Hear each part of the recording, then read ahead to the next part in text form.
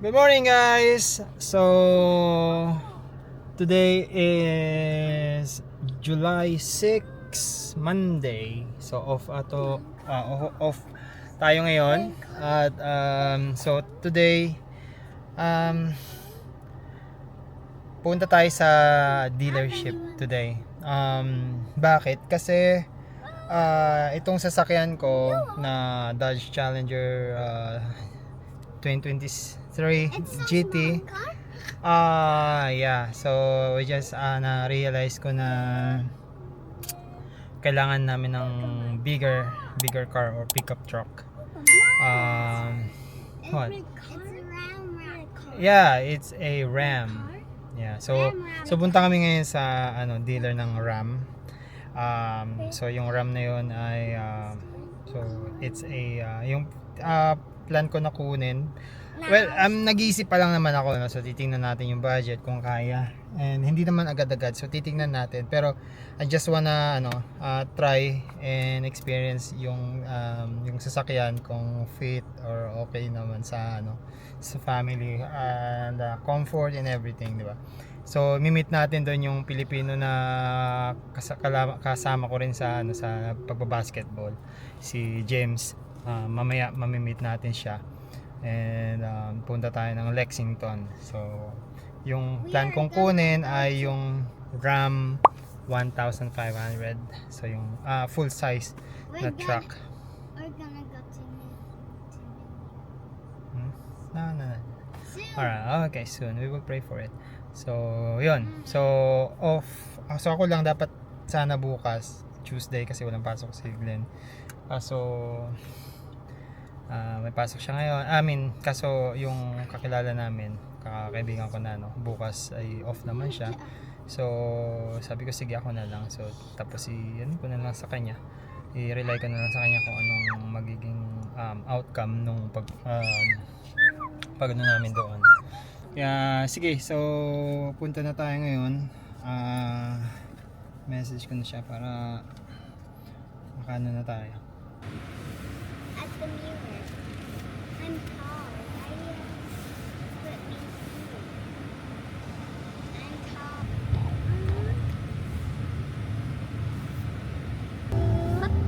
So kasi nung mga nakaraan, di ba, nag-camping kami and yung gamit namin sa sasakyan is yung sa wife ko. Alam na, maingay. Gamit namin sa sasakyan is sa wife ko. Na-realize namin na pag ganun, mas maganda pag mayroon kang pickup truck para madaming may lalagay, and then yung towing yung tawag dito yung loading capacity mas malaki, tapos yung if ever later on makakuha kami ng tawag dito yung camper van na pwedeng itow o yung hihilain lang, at least merong medyo malakas na makina na magagamit para doon. And later on kung makahanap na kami ng bahay, magagamit namin yung pickup para pang load ng mga gamit para dalhin doon sa lilipatan namin. So ayun, so mas na-realize ko na mas practical mag pick up and compare sa sedan. Although ang sedan talaga ay maganda, matipid, pero ito kasi hindi naman to basta-bastang sedan lang kasi kasi ito tawag dito sports car. So meaning medyo mataas ang mileage, mataas ang konsumo ng gas dito. Parang na rin na parang pickup truck na rin o SUV na rin kasi ang makina. Not unlike yung mga ordinary na sedan, yung mga Toyota Corolla, mga RAV, mga ganyan. Mas matipid yon. Kaya kung kukuha kayo ng sasakyan at kung gusto nyo ng mas makakatipid kayo, magtingin kayo ng sasakyan na ano Daddy. na tipid sa mileage, yung may fuel ka Daddy. efficient or ano po. Will we go get the car today? No, we're not gonna go get a car today. Daddy will just take a look at it, try to drive it, and feel if it's perfect for us. Yes. So we're just gonna muna, see if it's gonna fit for us. That's why. Kaya nag-decide kami ngayon, kami ni Glenn, ang aking asawa, na magtingin ng ganon, ng sasakyan na pick up para just in case, ayun, mas practical to be honest. Hindi ko lang naisip yun dati kasi gusto ko nga makuha yung dream car na to, yung sasakyan ko na to na Challenger. Yun, so dream car ko kasi ang car na ito eh, so kaya gusto ko siya. Pero later on, I just realized na mas maganda maging practical tayo dun sa sa mga bagay na kukunin natin. Well, later on, kung gusto ko pa rin naman makakuha nito later on, pwede ko pa naman ako kumuha nito pag may pera na ulit. Pero ngayon mas maganda na yung kung saan mas magagamit yung sasakyan, yun yung natin, yun yung parang i-prioritize natin. Kaya kung sa mga pupunta dito, mga nurses or mga basta magmamigrate dito sa US, tingnan nyo kung ano yung mas okay. Although ang pick up ay hindi rin naman siya fuel efficiency, yung hindi naman siya tipid sa gas din kasi medyo malakas din ang konsumo ng gas nun. V6 din siya, V8 din siya, so nasa 20, 21, 18 miles per gallon, so hindi rin siya tipid, diba? Malaki din siya, pero kasi yung purpose mo para sa sasakyan, yun yung hinahabol mo eh. Pero kung gagamitin mo lang pang commute na mga maganda na ka na lang. Tingnan mo yung sasakyan na na maano yung fuel efficiency, yung mga tipid sa gas, yung mga sedan yan.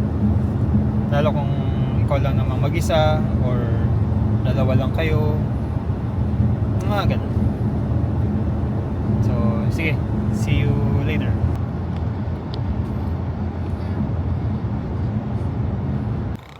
So nandito na kami guys.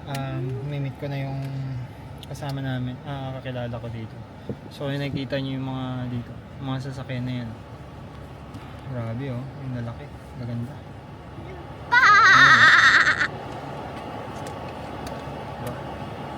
So parang ganyan yung bibiling ko, pero mas malaki yan eh, sobra.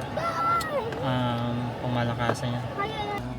So guys, dito tayo sa loob ng ng Dodge.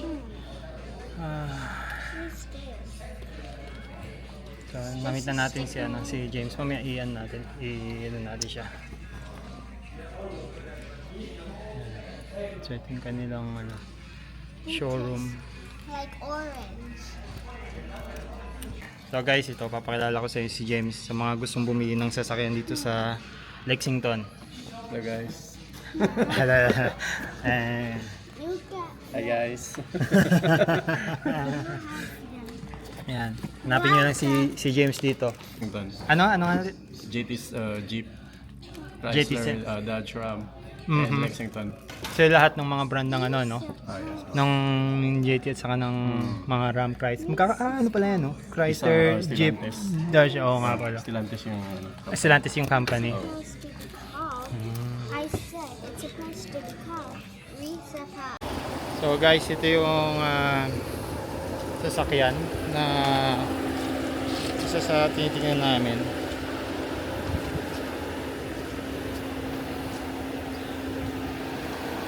So ito yung Bighorn. V8. V8 siya. So medyo malakas. Malakas ang makina.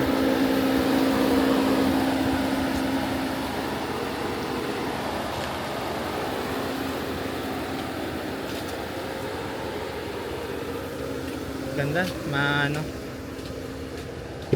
komportable.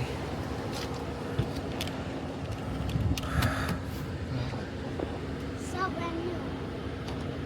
Yeah, komportable. Laki naman. And look at the wheel. Are you gonna drive it? Tapos yung you like this Alona? Let's see. Can you drive it? We will. Daddy will drive it later. So ang halaga nito ay 52. So 52, almost 53. 18 miles per gallon. Sa loob naman, sobrang luwag. Ayun. Baka spacious. So mamaya test drive natin kung kamusta ang So hindi naman ito yung hindi ito usually yung namin, ang titingnan ko. Yung isa ay medyo mas mababang brand dito, mas mababang trim dito. Para just in case tawag dito, yung mababang trim para medyo mas mura. Although parang papatak din ng mga ganyan pero mas mababa ng 1,000, ng 1,000, mga 51 siguro. So ayun. Talaga yun. Yun ang pinakaano na nila eh. Oo. Work truck talaga yun. Mga dito, kung ano mga nangyayari sa amin sa South Carolina. Oh, kasi kami din naman, lahat ng ginagawa namin eh. Babalik-balik lang yun sa ano eh. Tapos may YouTube kami. May YouTube kayo? Oo. Anong YouTube nyo? Yung pangalan namin dalawang magsawa, Glenn Mark. USRN. So, yun na nga guys. So, after ng ilang oras na paghihintay at test drive, mukhang napabili tayo. Aray ko ah! So, medyo nabigyan tayo ng magandang deal. And kinonsert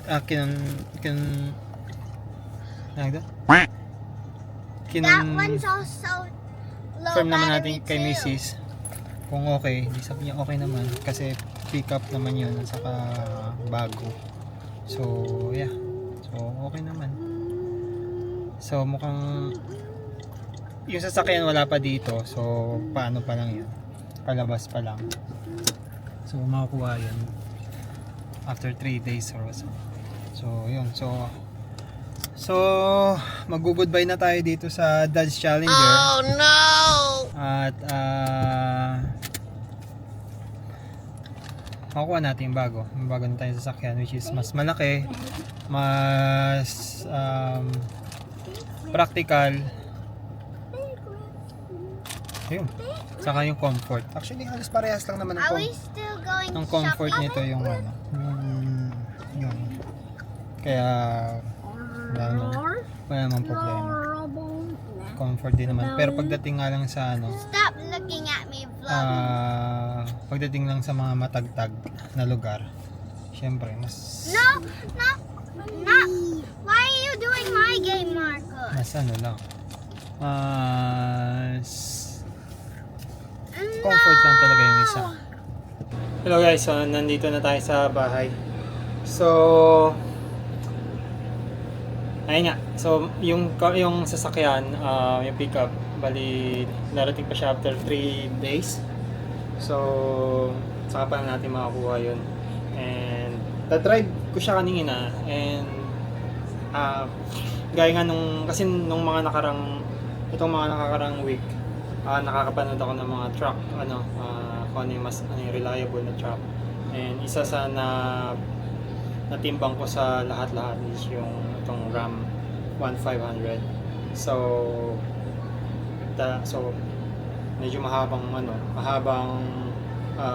pag ano yun, pag sasaliksik ng mga sa kung ano yung mas maganda. So plan kaya ako kinuha to, gaya ng sabi ko. So meron kaming magagamit pang hakot, pang camping, 'di ba? Mas na-feel ko na mas comfortable yung seat ng nitong RAM, kasi malaki yung shock, malaking sasakyan din kasi. And pwede siyang pantow, di ba? And mataas yung loading capacity. So and yun. So I hope tama yung aking decision. Medyo tumaas lang siya ng konti sa binabayaran ko na monthly doon sa una kong sasakyan. So hopefully if talagang sabi ko nga, if God's will talaga to na mapunta sa akin, kasi hindi ko pa siya nababayaran, hindi pa ako nakapagpirma lang ako ng gawan ng paraan ni Lord na ma-intervene yung sasakyan na ito na huwag mapunta sa akin, or else kung talagang mapunta sa akin, kung mapunta na tuloy ito, talagang plan ni Lord para sa akin. So yun yung prayer ko na as of now, kasi wala pa naman sa akin sasakyan, so anytime pwede pa rin ako mag-back out. So kung pero yun kasi ang main purpose ko, para may magamit kami pang hakot-hakot, kasi naisip ko rin later on, lilipat din kami ng bahay, o makakuha kami ng bahay later on. May pick up na may sasakyan na malaki na pwedeng i-load yung mga gamit para dalhin dun sa kung saan man namin dadalhin na bahay na makukuha namin later on by God's willing. So the next video, yun na yung time na makuha natin yung sasakyan or hindi natin makuha yung sasakyan. Alright? So abangan nyo yung susunod. Alright? So dito na lang muna, ikakat muna natin. So tingnan natin after ilang days kung makuha natin yung sasakyan by God's will or hindi. Alright? So, alright. Hello guys, good morning. So update lang. It's been a week na since na punta tayo dun sa dealership, and they said parang dapat Monday ngayon may bigyan ng sasakyan, pero mukhang hindi yung sasakyan na yun ang kukunin natin. Medyo may nakita tayong mas magandang trim, and halos same lang ng value ng price ng sasakyan. So pupunta tayo ngayon doon, makikipag-deal tayo if pwedeng makuha yung sasakyan na yun. So tignan natin. So pinagpipray natin kasi ito so last week sabi ko pinagpipray kung para sa akin yung sasakyan na yun bibigay, mukhang hindi ata yun. So tignan natin, baka ito, or tignan natin kung para ba talaga dito. So and again, let's see. So kita tayo mamaya doon. Alright? So guys, nakapag-decide na tayo. May nanalo na. So kukunin na natin, pipirma na tayo ng mga agreement para sa mga babayaran. Hindi ko pwedeng hindi ko na pwede tag dito pakita. Kasi confidential. Tingnan nyo na lang paano pumirma. So habang pumipirma ako, pwede ba pwede ka ba mag-share ng mga input natin diyan, bro? Para pag yung mga input, bro? Pag yung mga gustong bumili, ano yung mga dapat nilang tandaan, ano yung mga wag kagad pirma ng pirma. Wag agad pag may present na number sa iyo, wag agad pirma ng pirma kasi like kunyari, parang, mga bagong dating dito tapos gustong bumili ng brand new car, Ayun ano lang, yung mga pwede mong mai-suggest sa kanila? Pero yung mga bago kasi na dating, so wala pang build na credit score. So medyo mahirap siya. Okay. Pero may mga company na tumatanggap na mga like yung wala pang build first time buyer tinatawag. Pero ang dami ko ding nakita na hindi na-approve. Kasi bank pa rin ang magde-decide. Mag-decide. Oo. Usually kasi tinitingnan nila yung ano di ba? Yung credit score mo muna, no? Oo. Credit score muna yung tinitingnan. Pag nakita nila na wala ka pang yung history of purchase, parang Medyo dadalawang isip yung bank na i-approve yung loan mo. ah, Kaya advice ko dun sa mga bago, yung ginawa nyo, anong ginawa nyo nung una bago kayo? Anong ano merong bangko na parang sabihin, parang anong tawag doon? yung mga first time buyer na Mga first time buyer. Parang ng agency.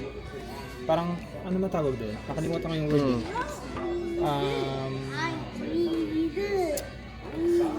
May word ako na sila pay here? na credit sila nung bangko, yung company na yun. Yung Alam ko agent meron na din yun. ganyan eh. Like yung advanced. Yung advance na para may tie up sila na Yun. Basta Yung word pag- na ano. basta pag nakakita kayo ng presentation of numbers, huwag pirma ng pirma agad. Kasi parang good as approved na yun sa'yo. Parang sa kanila, okay. Tingin mo okay na ka ng mga details ng numbers. Okay. Bago pipirma. Bago mag-agree. Kasi pag pumirma ka, meaning nag-agree ka na dun sa present nila na numbers sa'yo. Tapos, kung may mga kakilala kayo na may alam dito sa car business na US, Magtanong magtanong talaga kasi mas makakatulong na. magkano ang natipid mo, bro?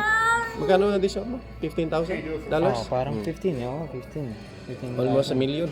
Almost $1 million, Kaya yun. Nakita ko lang Tapos saka dapat yung credit score dapat i-build mo. Build niyo yung credit score niyo. Para- Pinakamaganda na credit score is 700 pataas. Para mas maganda yung Yung interest rate, APR. Yan. So sa mga bibili ng sasakyan, Firma, tapos initial. yun yung lagi yung tandaan. Magtanong sa may alam. Magtanong sa may alam. Panalo ang may alam. Oo. So good na tayo sa papers, i-detail na lang yung sasakyan and then mag-wait lang tayo ng saglit, hindi mamaya makakuha na natin. And then papaalam na tayo dun sa Dodge Challenger ko na 1 year din na nakasama ko at na-enjoy ko rin. So probably later on siguro pag once magka-extra ulit ng pera, kukuha ko ulit ng Challenger kasi gustong-gusto ko sa Challenger na kasi na yun. And yun, so mamaya tingnan natin mamaya. Hello, vloggers. No. I wanted the punch. So guys, ito na. We got it. Tara, punta na natin dun.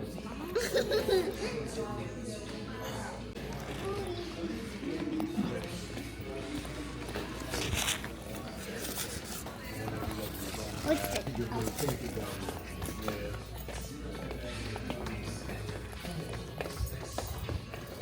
Did we get it? Yeah. Are we gonna drive it home? Yes. A Ram. Woo! Wow!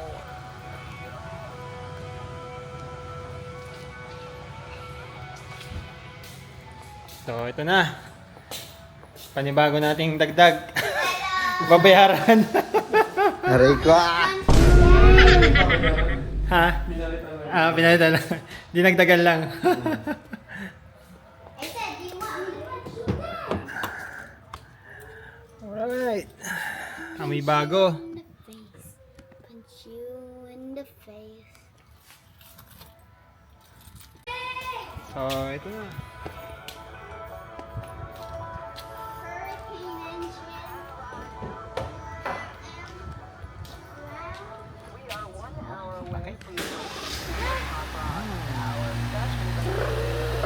Pwede nang pang ano.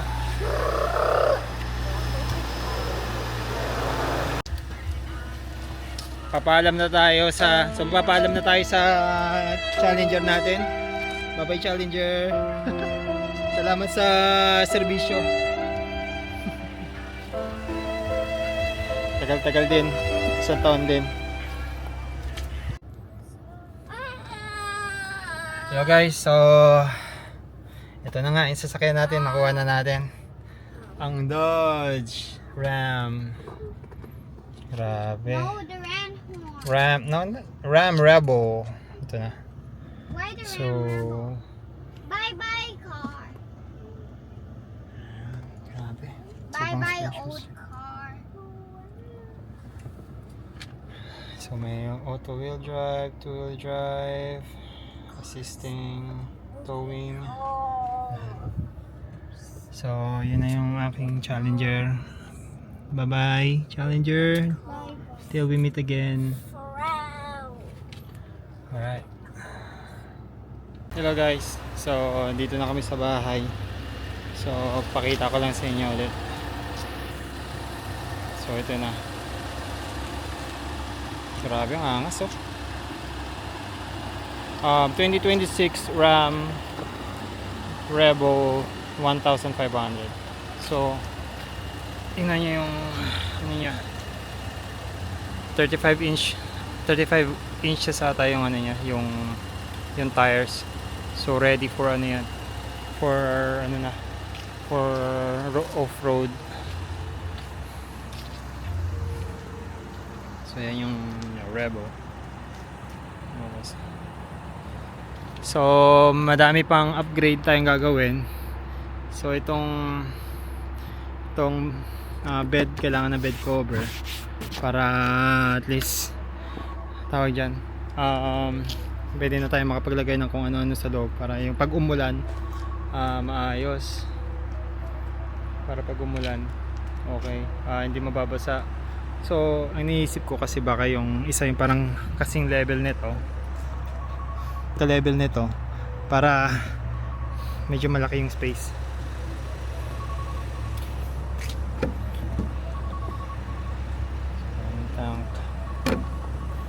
Ang nagustuhan ko kasi dito, spacious. Ito, spacious yung ano, yung loob. Spacious yung loob. Laki ng ano, laki ng pwedeng pag-anuhan. Ba malaki, may mga pwede kang mailagay. Tapos heated seat, ito nilagay ko lang to. Heated seat, power seat, tawag dito, powered seat tawagin, may hot din yan. Ayun, so happy naman.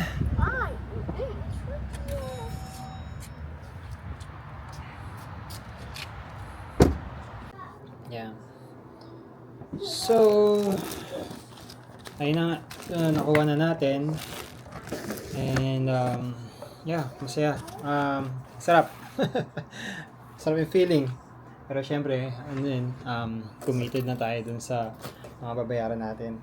Anyway, salamat sa pagsama sa akin sa pagbili o pag-join na makakuha itong bagong sasakyan namin, bagong part ng aming family.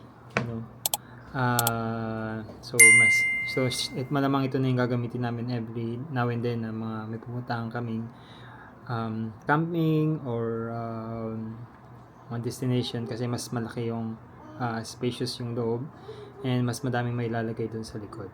So bibili na so may mga kailangan pa akong idagdag doon ng mga accessories like yung cover ng bed o cover ng trunk para pag umulan at least may hindi mababasa, tapos yung yung lining, bed lining para hindi masyadong gasgas, and then siguro yung side step ng so siguro gagastos din tayo doon ng mga kasi nagtingin-tingin na ako, siguro more roughly mga mga 500 or more than 500 to $1,000 ang pwedeng magastos doon sa sa accessory na yon. And yun, so tingnan natin kung ano yung mga pwede medyo mas kung kaya ang budget. And ayun, salamat sa inyong pagsama sa akin, and siguro gagawa pa ako ng isang video regarding the sasakyan, para dun sa mga interesado, at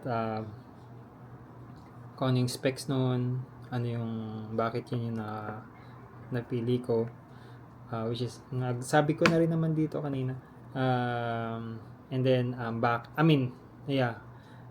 bakit yun ang napili ko compare sa madaming brand ng pickup na meron dito sa US, and mas reliable, mas compare kasi meron, di ba, so bakit Ram, bakit hindi Tundra, kasi Toyota Tundra yun yung ka-range niya, which is Toyota, kilala naman natin na mas reliable, pero may mga kasi na ngayon na bumababa na yung reliability ng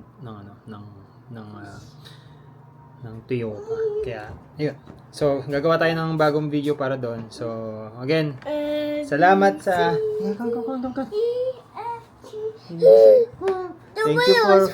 Thank you for watching, guys. Bye-bye. Say bye-bye, Michael. Bye-bye. Bye-bye. Bye-bye.